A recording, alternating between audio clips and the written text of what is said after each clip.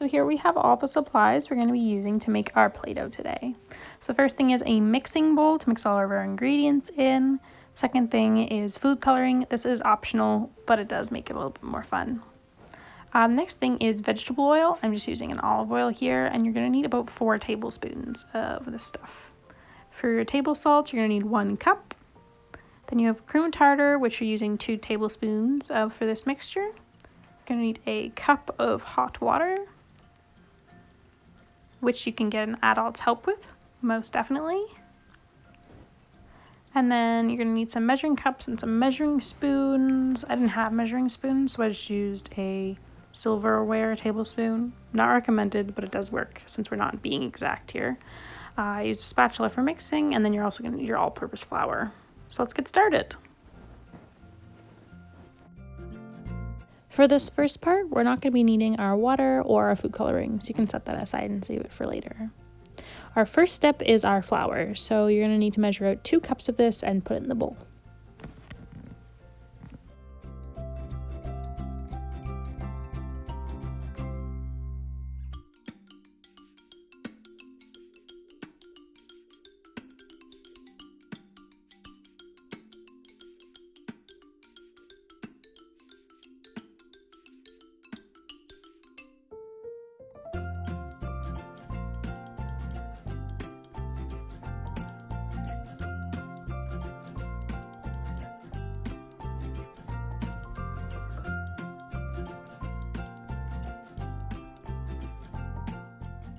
Next comes salt, so we're going to need to add 1 cup of this to the mixing bowl.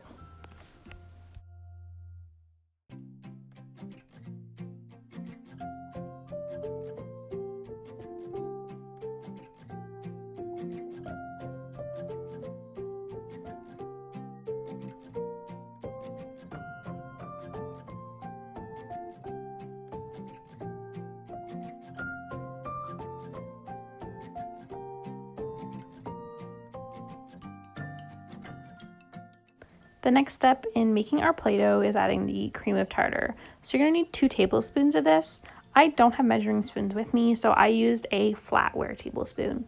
This does work in a pinch, but it's not an exact measurement, so just remember that.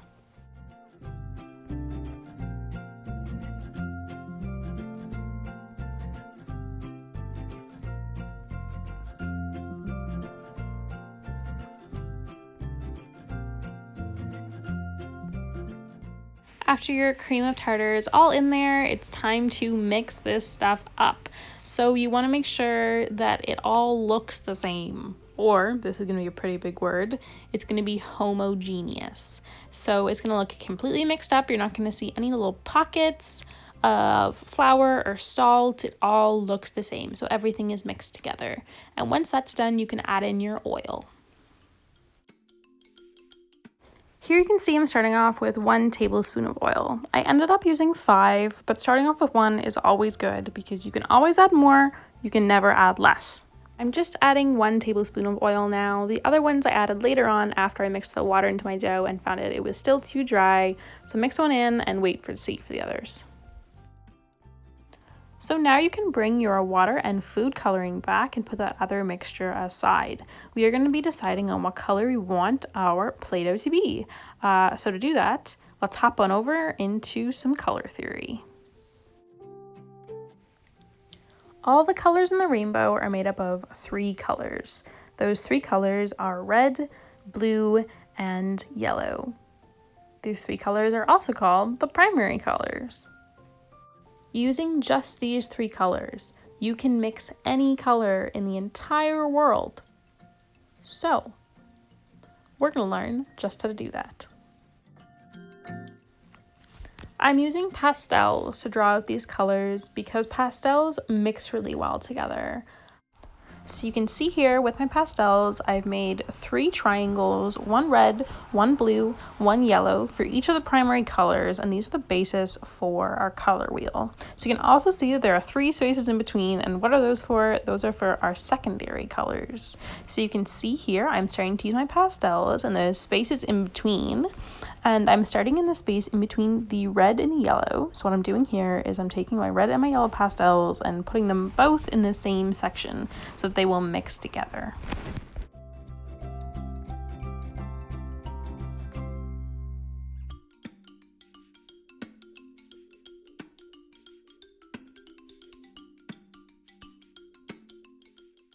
And since we're using pastels, I did dots in a whole bunch of different colors, and then I went with my finger and smudged them together. And you can see when I pull my hand away, in between the red and the yellow, we have this gorgeous new orange. So there you go. Our first secondary color is orange, and to get orange, you mix red and yellow together.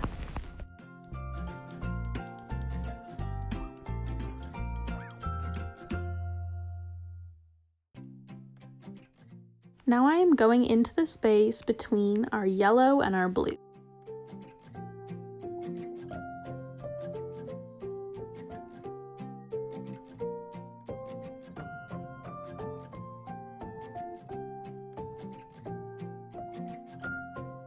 Little dots in the section just like I did before with our new orange, and once those are all in there, I'm mixing it together with my finger.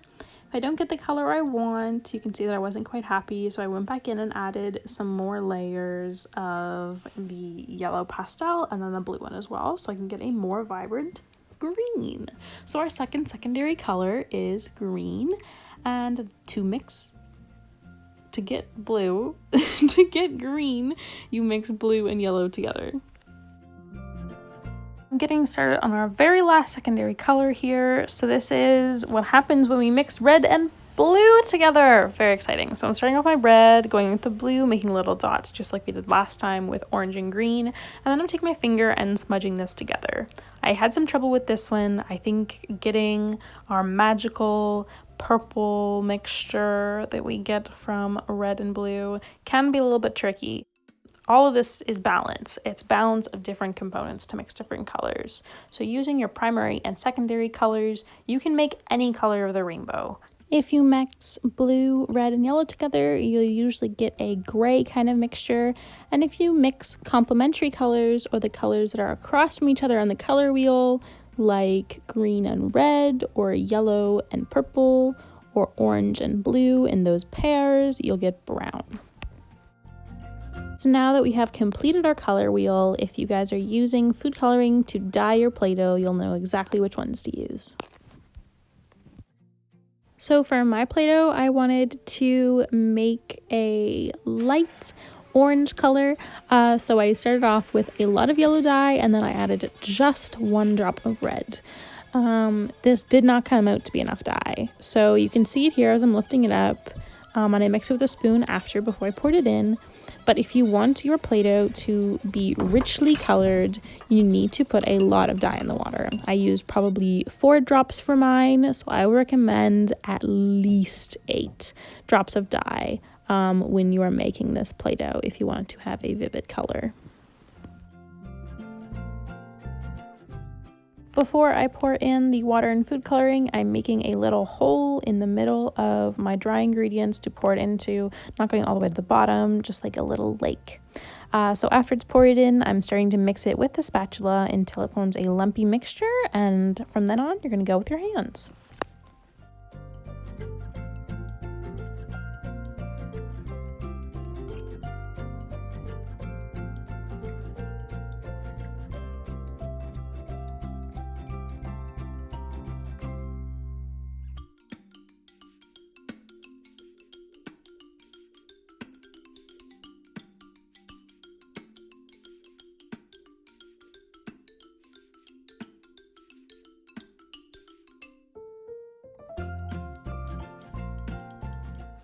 So when I'm mixing with my hands, it's already lumpy, it's starting to come together, but there's still flour in the bottom, and that's what I'm trying to get rid of. So I'm scraping all the flour off the sides of the bowls, trying to get it out of the bottom of the bowl and into the mixture.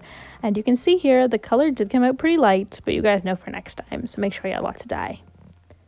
Back to the kneading, I'm finding the textures a little bit dry. So the flour in the bottom is not incorporating, and as I'm crumbling it in my fingers, it is doing just that. It's crumbling. So we know we need to add some extra oil. I'm just throwing in a little dollop here. This is my estimation of 1 tablespoon.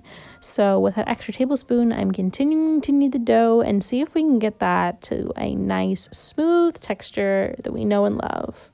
And that is Play-Doh.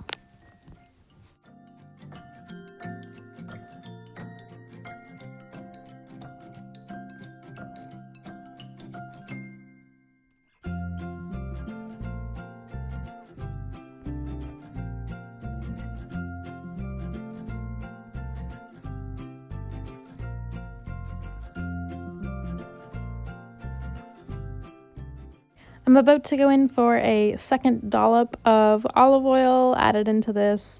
It's still quite dry, it's still very crumbly, and that flour isn't incorporating. So there you go.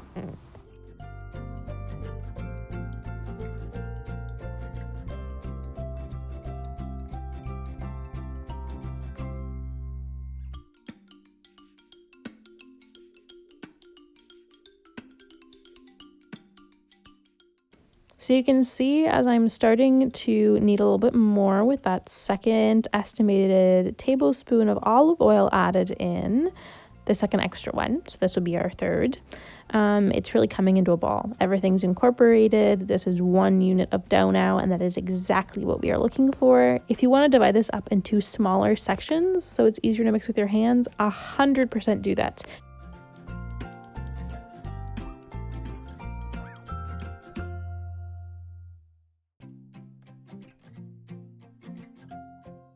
I'm testing the consistency of the Play-Doh again here. It's still crumbly. So I'm adding another dollop in, and this makes for our third extra tablespoon added, or 4 tablespoons total count. Kneading this in some more, and then I'm going to check the texture again.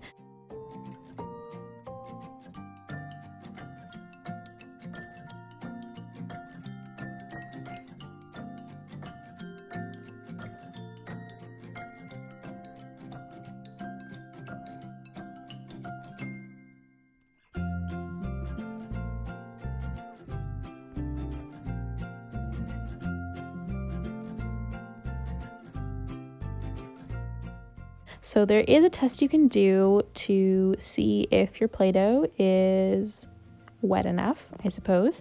You're going to take a ball of it in your hand and roll that together. So once I have it in my hands, you can see it's pulling apart really easy. You can still see the creases from where the dough was before, and when I roll it out into a snake or a log, whatever word you use for it, it's crumbling apart, and those edges of the Play-Doh aren't mixing together, so it's coming apart in stringy sections and stuff like that. Now what we want, I'm adding another dollop of olive oil, and this makes for 4 extra, 5 total count.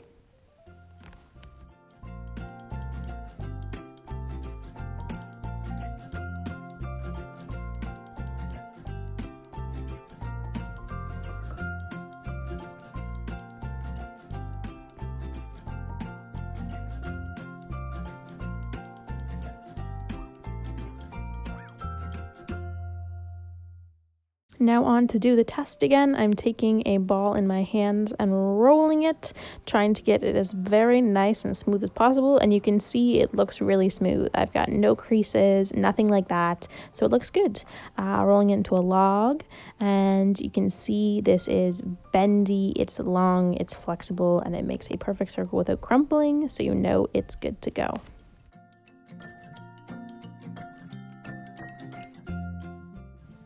Since my original dyeing didn't work very well, I didn't add enough dye, I'm going to dye it in smaller sections now. So I'm taking a small ball and making a hole in the middle of it, just like we did with our dry ingredients before, and then adding 1 drop of blue food coloring into the middle of this.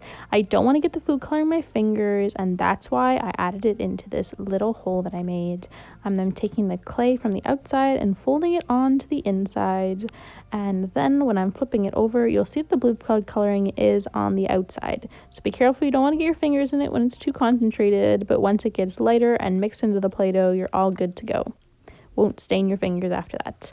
So I'm kneading it together, trying to get this color incorporated, and this also works really great, this method of dyeing, if you want to make a lot of different colors from your one batch of Play-Doh. So there you go.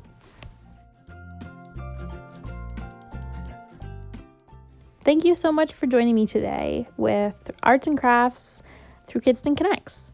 We were so happy to have you. We hope you had fun, and don't forget to send us pictures of all your amazing creations. Have a great day!